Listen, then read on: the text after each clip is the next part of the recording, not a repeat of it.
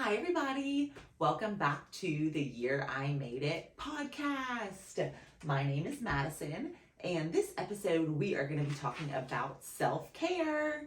And if you were tuning in and you were a guy and you were like, I don't give a shit about self care, got some things for you as well. So keep on tuning in. So, what I wanted to talk about this episode was all the ways that you're able to care for yourself that impact your mental health, make your mental health better, and just overall make your mindset and your life better. So, there's a couple key things that obviously everybody knows about: diet and exercise. I'm going to talk about those like kind of specifically as how they've impacted me. So, one thing as far as diet goes is I had given up soda. That has been a huge thing. So, soda, one, I was having way too much of it, way too much sugar, way too much caffeine, made me way too jittery. Same thing with energy drinks. Like now, if I do an energy drink, I do a Celsius. I do like natural energy only. So I gave up soda, and then I'm trying to give up lattes. I love a caramel latte, but same thing. They just make me jittery. Too much sugar, too much caffeine.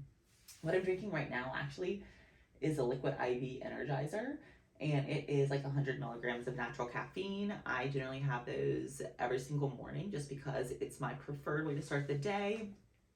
Gives me a good like caffeine whoop, but it just kind of like, stays level throughout the day. You don't necessarily feel like the like ups and downs of like a Red Bull or an iced coffee or anything like that. So the next thing obviously is exercise.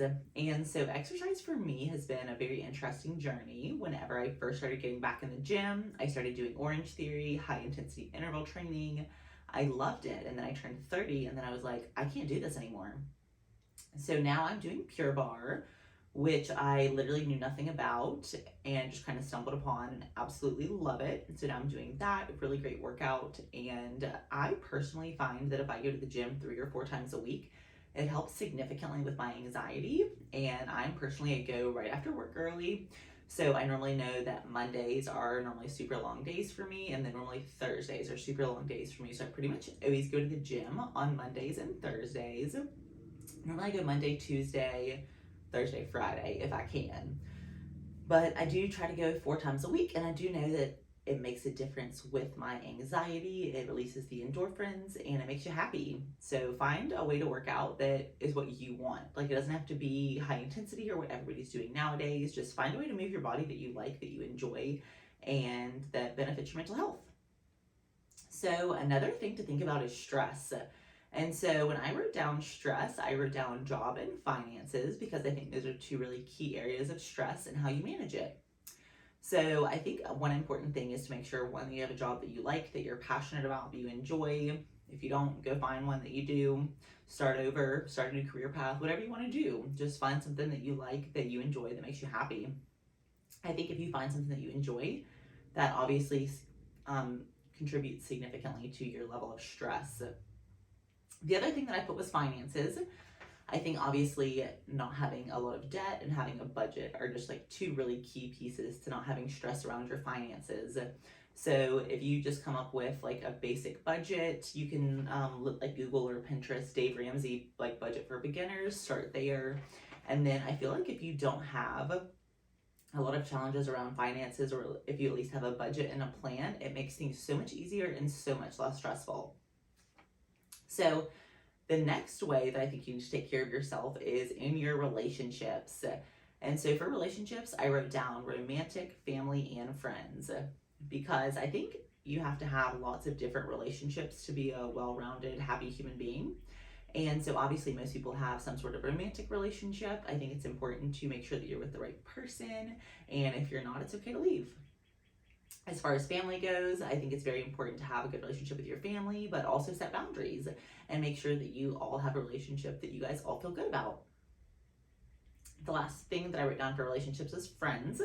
Obviously, we all want to have friends, but I kind of wrote that down at the bottom of the list because I feel like friends are kind of like an adder to life. Like, you don't have to have 100 of them. Have a couple good friends that you really like, really enjoy, and really like spending time with, and spend your time there with them. So another way that I think that you can largely take care of your mental health that is kind of a cool self-care thing is through podcasts. So I personally have a couple like different podcasts that I do. I do some that are for faith. I have a woman named Joyce Meyer that I listen to every morning that does little daily devotionals that are about 15 minutes. I have some professional development ones that I listen to. I have some that are about different mental health things that I listen to, but I make sure to fill my mind with what I'm consuming with things that are positive, beneficial, and align with what I'm interested in. Other things that I wrote down are reading and meditating. So I know some people are like, roll your eyes, you don't want to read, you don't want to meditate. I didn't either until like I've always actually liked to read, but I have noticed I only like to read if I'm reading things I'm really interested in. So that's, I think, most people's case. So just find what you're interested in reading, read it, and commit just to one book if that's where you want to start. And it could literally be like a 50-page book that you stumbled upon that's about art and you want to learn about art. Who cares what it is, but find something and read and invest in yourself. The Going back to meditating, so I think a lot of people are really hesitant to meditate. So I know personally, whenever I started meditating, I was like, no, thank you. Does not sound like a good time. I don't want to be alone with my thoughts, and I don't want to be quiet. Like, none of that sounds like a good time to me. So I've been doing guided meditations anywhere from like probably like 10 to maybe 15, 20-minute guided meditations. I do them literally all on YouTube, and you can just type in like whatever sort of meditation you're looking for. They have meditation for positive mindset, meditation to start the day, meditation for anxiety, meditation for different mental health. So I think that's a really cool thing that I've definitely been investing a little bit of time in every day to take care of my mind and to take care of my mental health. Another thing that I wrote down is treat addictions and don't be ashamed. So this was a huge part of my journey for sure, was acknowledging that I had a problem with drinking, stopping drinking, getting a support system around stopping drinking, and then really allowing that to be a piece of my healing and a piece of my journey towards having a better life. Under that, I put just like, don't be ashamed. Like, if you realize you're addicted to something, there's no shame in realizing that, getting help for that, joining a group for that, whatever that looks like. The last thing I wrote down is have a support system. So I think a support system looks a little bit different for everybody. So for me, that support system looks like the relationships I mentioned. It looks like a job that I enjoy. It looks like being able to travel. It looks like having a good therapist, having a good psychiatrist, going to AA. It looks like all of those things. And I think what a good support system and what that looks like for everybody's a little bit different depending on what you like, what you need, and really what fits your life at this time. So this is definitely not a list to solve all of your life's problems. This is just some of the things that I've been doing as far as self-care goes to take care of myself, my mind, and what goes in my body. So I hope that you guys enjoyed this. I hope this gave you a little bit of maybe some ambition to create the resources that you need to be happier, more successful, or have a more positive mindset in your life. Hope you guys have a fabulous day. Please like, subscribe, share, all that good stuff, and happy healing, babes.